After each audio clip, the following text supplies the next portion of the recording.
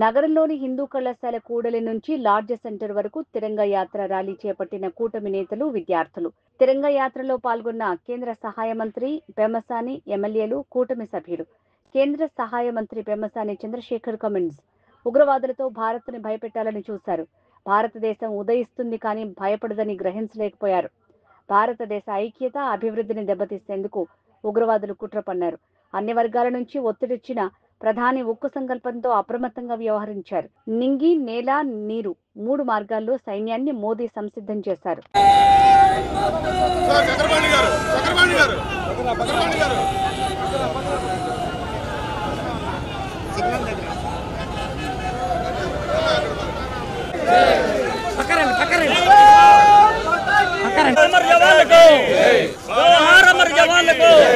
जोहार अमर जवान को चलो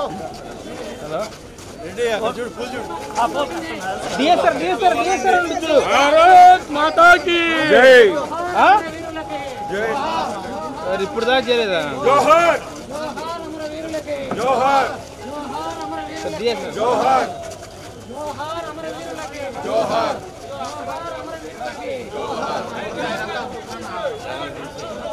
जय जय भारत माता की जय जोहार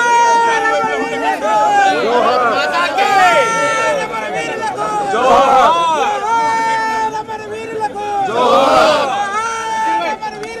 जोहार भारत माता की जय भारत माता की जय मातरम मातरम वंदे मातरम वंदे मातरम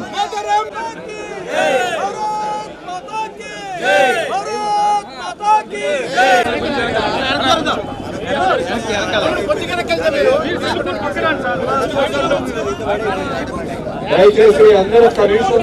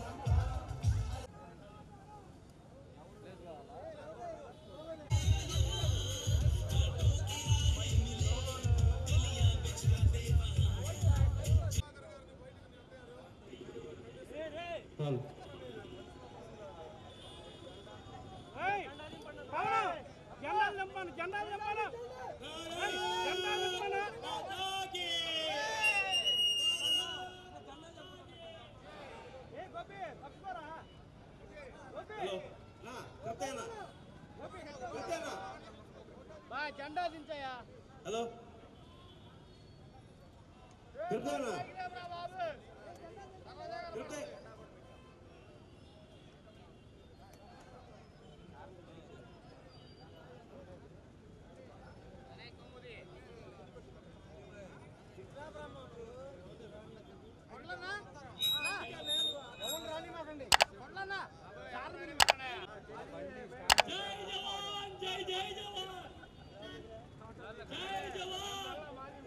ప్రాణాలని తీసిన విధానాన్ని వ్యక్తులని నిరసిస్తూ ఈరోజు భారతదేశం మొత్తం అన్ని మతాలకు అతీతంగా ఐక్యతా రాగంతో ముందుకు వెళ్ళేటువంటి పరిస్థితి.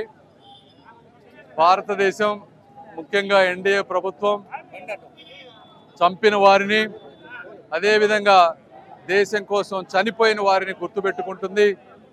చంపిన వారిని ప్రపంచంలో ఎక్కడున్నా కూడా వెంటాడి వేటాడుతుంది. అదేవిధంగా ప్రాణాలను అర్పించినటువంటి మురళీ నాయక్ లాంటి వ్యక్తులని గుండెల్లో పెట్టి చూసుకుంటుంది. భారత్ సింధూరం అనేది కేవలం సాంప్రదాయం మాత్రమే కాదు, దేశ ఐక్యతకు, జన్మభూమిని, భారతదేశ ప్రజలను, భవిష్యత్తును కూడా కాపాడేటువంటి ఒక బలమైన సంకల్పం అని ఈరోజు అందరూ గుర్తు చేసుకోవాలి. చిన్న చిన్నట అరాచకమైనటువంటి పనులతోటి భారతదేశ అభివృద్ధిని ఈరోజు మీరు విచ్ఛిన్నం చేయలేరు. ఈరోజు చూస్తుంటే భారతదేశ ఆర్థిక వృద్ధి 5 బెస్ట్ 5లోకి వచ్చాం. మరి పాకిస్తాన్ వాళ్ళు చూస్తే ఈరోజు కేవలం తమిళనాడుతో పోటీ పడేటువంటి పరిస్థితికి వచ్చారు. విధ్వంసంతో, ఇటువంటి టెర్రరిస్ట్ యాక్టివిటీస్ తోటి భారతదేశానికే కాదు మీకు కూడా చాలా నష్టం జరుగుతుంది. మనం చేసిన పనులే మనల్ని నాశనం చేస్తాయని తెలుసుకోవాలి. ఏదేమైనప్పటికీ ఇటువంటి కష్టతరమైన పరిస్థితుల్లో ఒక బలమైన నాయకులు శ్రీ నరేంద్ర మోదీ గారు ఉండటం, దేశం నుంచి ఎంత ఒత్తిడి వచ్చినా, మీడియా నుంచి ఎంత ఒత్తిడి వచ్చినా ఒక స్థితప్రజ్ఞతతో, ఆలోచనతో అందరినీ సంప్రదింపులు జరిపి నింగి, నేల, నీరు 3 మార్గాల ద్వారా సైన్యాన్ని అప్రమత్తం చేసి దౌత్యపరమైనటువంటి అన్ని విషయాలు ప్రపంచంలో ఉన్న అన్ని దేశాలతో కోఆర్డినేట్ చేసుకొని ఇంటెలిజెన్స్ తీసుకొని టెర్రరిస్టులు ఎక్కడ ఉన్నారో అక్కడ చూసి ఆ స్థావరాలపై దాడి చేసి సివిలియన్స్కి ఇబ్బంది లేకుండా చేసినటువంటి బలమైన నాయకులు మన గౌరవ ప్రధానమంత్రి శ్రీ నరేంద్ర మోదీ గారు. మీకు ఆంధ్ర రాష్ట్ర ప్రజలు, భారతదేశ ప్రజలు మీ మీద ఒక బలమైన నమ్మకంతో ఉన్నారు.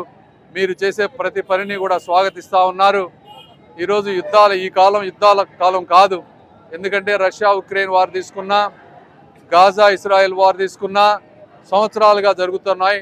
2 దేశాలు నష్టపోతున్నాయి. అమాయక ప్రజలు వారి ఆస్తులు అన్నీ కూడా విపరీతంగా ధ్వంసమయ్యేటువంటి పరిస్థితి. వీటన్నిటిని దృష్టిలో పెట్టుకొని నరేంద్ర మోదీ గారు ఒక నిర్ణయం తీసుకున్నారు. ఆ నిర్ణయానికి దేశ ప్రజలందరూ కట్టుబడి ఉంటారని, అదేవిధంగా యువతకు కూడా నేను కోరుకునేది ఏంటంటే ఒక బలమైన, ఎవరికి భయపడని భావి నాయకత్వాన్ని మీరే నిర్మించాలి. దేశం కేవలం ఆయుధాలతో కాకుండా ఐక్యతతో, ఆత్మవిశ్వాసంతో ముందుకు వెళ్ళాలి.